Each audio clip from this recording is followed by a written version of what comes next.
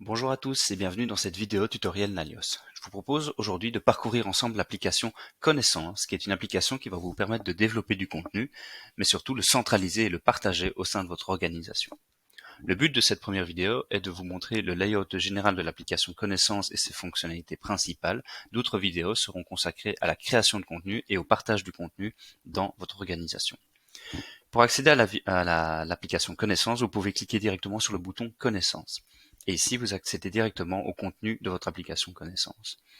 Première chose à noter, c'est le menu qui se situe à gauche. Le menu à gauche contient différentes sections, et chacune a ses caractéristiques qui lui sont propres. Première section, ce sont les favoris. Dans Favoris, vous retrouvez tous les articles que vous aurez tagués comme étant vos favoris, ce qui vous permet d'accéder rapidement au contenu que vous consultez le plus régulièrement. Deuxième catégorie, deuxième section, c'est l'espace de travail.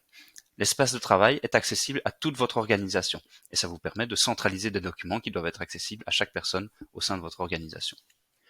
Troisième section, c'est l'espace partagé. L'espace partagé contient en fait des articles qui sont accessibles par vous, mais également par une ou plusieurs autres personnes au sein de votre organisation ou en dehors.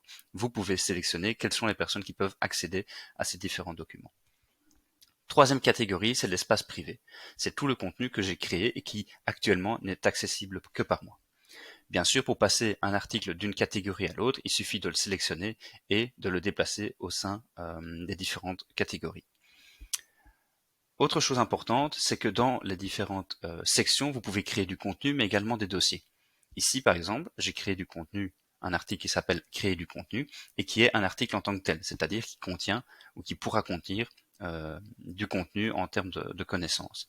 Par contre, je peux structurer mes différents articles grâce justement à l'option de groupement, ce qui me permet en dessous d'un article principal de pouvoir mettre des sous-articles, comme par exemple ici avec l'application connaissance, l'article introduction, création de contenu, utilisation transversale du contenu. Cette structure se fait rapidement en sélectionnant l'article et en le déplaçant, et bien sûr je peux décider de sortir un article d'un sous-groupement ou de le mettre en dessous d'une autre catégorie, et ainsi de suite, simplement en cliquant et en déplaçant mon article, ce qui me permet de structurer tous mes dossiers. Ça, c'est pour la section ici à gauche. Autre section importante, c'est tous les éléments que vous avez ici en haut à droite. Le premier, c'est le bouton Créer. Le bouton Créer me permet de rapidement créer une nouvelle page privée et de pouvoir y indiquer toutes les informations qui me sont nécessaires.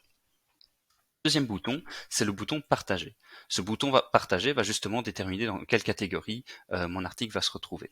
Ici, j'ai créé un nouvel article qui est privé, c'est pour ça que je suis la seule personne qui peut y accéder. Je peux décider de partager sur Internet et en sélectionnant cette option, ça va me permettre de créer un lien qui me permettra de le partager avec d'autres personnes au sein de mon organisation ou en dehors de mon organisation. L'avantage à cela par rapport notamment à un document PDF, c'est que si je fais évoluer mon document, les personnes en cliquant sur le lien auront directement les dernières modifications et donc le document le plus à jour possible. Je peux ensuite sélectionner directement les personnes avec qui je veux partager mon document et sélectionner leurs permissions. Il y a trois niveaux de permission. La permission pas d'accès, c'est-à-dire que les personnes ne pourront pas accéder à ce document, c'est notamment le cas ici pour les membres internes puisque je suis dans un document privé. L'accès en lecture, les personnes pourront consulter mon document, et l'accès en écriture, les personnes pourront éditer mon document. Et ici, je peux directement ajouter les personnes, soit au sein de mon organisation, soit en dehors de mon organisation. Si je décide d'ajouter une personne à mon organisation, le document va passer par exemple dans l'onglet Partager. Si par exemple je vais dans mon document Partager projet d'amélioration interne et que je clique sur le bouton Partager, je vois que les membres internes n'ont pas accès à ce document. Par contre, TDE a effectivement l'accès en écriture.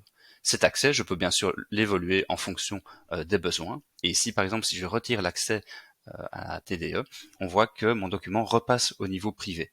Si je décide de redonner accès à cette personne, soit en lecture, soit en écriture, mon document repasse dans l'espace partagé. Et de même, pour les documents qui se situent dans l'espace de travail, on voit que c'est parce que les membres internes de mon organisation peuvent y avoir accès en lecture ou en écriture. Le niveau d'accès évolue également si je décide de sélectionner le document et de le repasser en privé. Donc ici, j'ai un document qui est partagé, je décide de le passer en privé. Odoo me met un message d'alerte de confirmation me demandant si je suis certain de vouloir passer ce document en privé, et en sélectionnant oui, on voit qu'effectivement Odoo a modifié les droits d'accès à la personne qui avait accès à ce document. Autre icône importante, c'est l'icône favori. Comme je le disais, cette icône vous permet de directement flaguer les documents qui sont les plus importants pour vous et de pouvoir y accéder rapidement et donc de naviguer plus rapidement au sein de votre dossier et sous-dossier. Autre option également utile, c'est l'onglet Discuss. L'onglet Discuss fonctionne comme dans les autres applications, ce qui vous permet notamment d'écrire des messages, d'enregistrer des notes, de planifier des activités, de mettre des pièces jointes ou d'abonner certaines personnes à vos documents. Si je clique sur les 3 petits points suivants, j'ai l'option déplacer vers, ce qui me permet de faire la même chose que mon drag and drop et de réorganiser sans devoir cliquer et déplacer. Mon option verrouiller un document, ce qui me permet d'éviter que les personnes puissent éditer le document. Ensuite, les options de suppression et de copie du document. Autre option, pleine largeur, ce qui permet de faciliter la lecture de mon document lorsqu'il y a beaucoup de contenu, comme par exemple ici. Si je décide de le mettre en pleine largeur, on voit que le document est plus lisible sur un écran d'ordinateur. Et enfin, il y a les informations de modification et de création qui me permettent de traquer quelles sont les personnes qui ont fait des modifications par rapport à ce document. Dernière barre de recherche, c'est la barre rechercher des articles. Ici, si je clique sur le bouton rechercher, ça me permet notamment de passer en vue liste, de rechercher rapidement dans mes articles, ou alors de pouvoir sélectionner mes articles et de faire les options d'exportation ou d'importation des enregistrements, comme c'est le cas dans d'autres applications.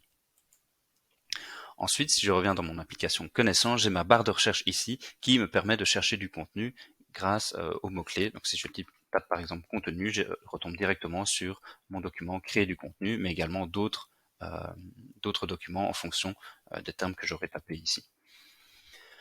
Cette barre de recherche est accessible donc ici, mais accessible également à partir de n'importe quelle autre application, ce qui est le grand avantage de l'application Knowledge. Si par exemple je vais dans Vente et que je vais dans un devis, en cliquant sur mon devis, je vois que ici j'ai mon bouton Knowledge. En cliquant dessus, ça me permet de directement pouvoir accéder à mes différents documents qui sont contenus dans mon application Connaissance, et donc de par exemple pouvoir cliquer directement sur Créer du contenu. Cette option-là est disponible ici, elle est également disponible lorsque le bouton Connaissance n'apparaît pas.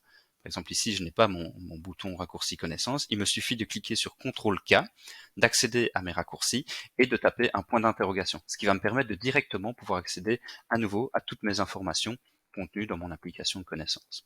Si je clique sur créer du contenu, je suis directement relié à mon application, ce qui me permet de consulter ou de faire d'autres activités comme on le verra dans d'autres vidéos. Mais on voit que grâce notamment aux miettes qui sont disponibles dans Odoo, je reste dans mon application Vente ici et en cliquant simplement ici, je retombe directement à mon dernier écran.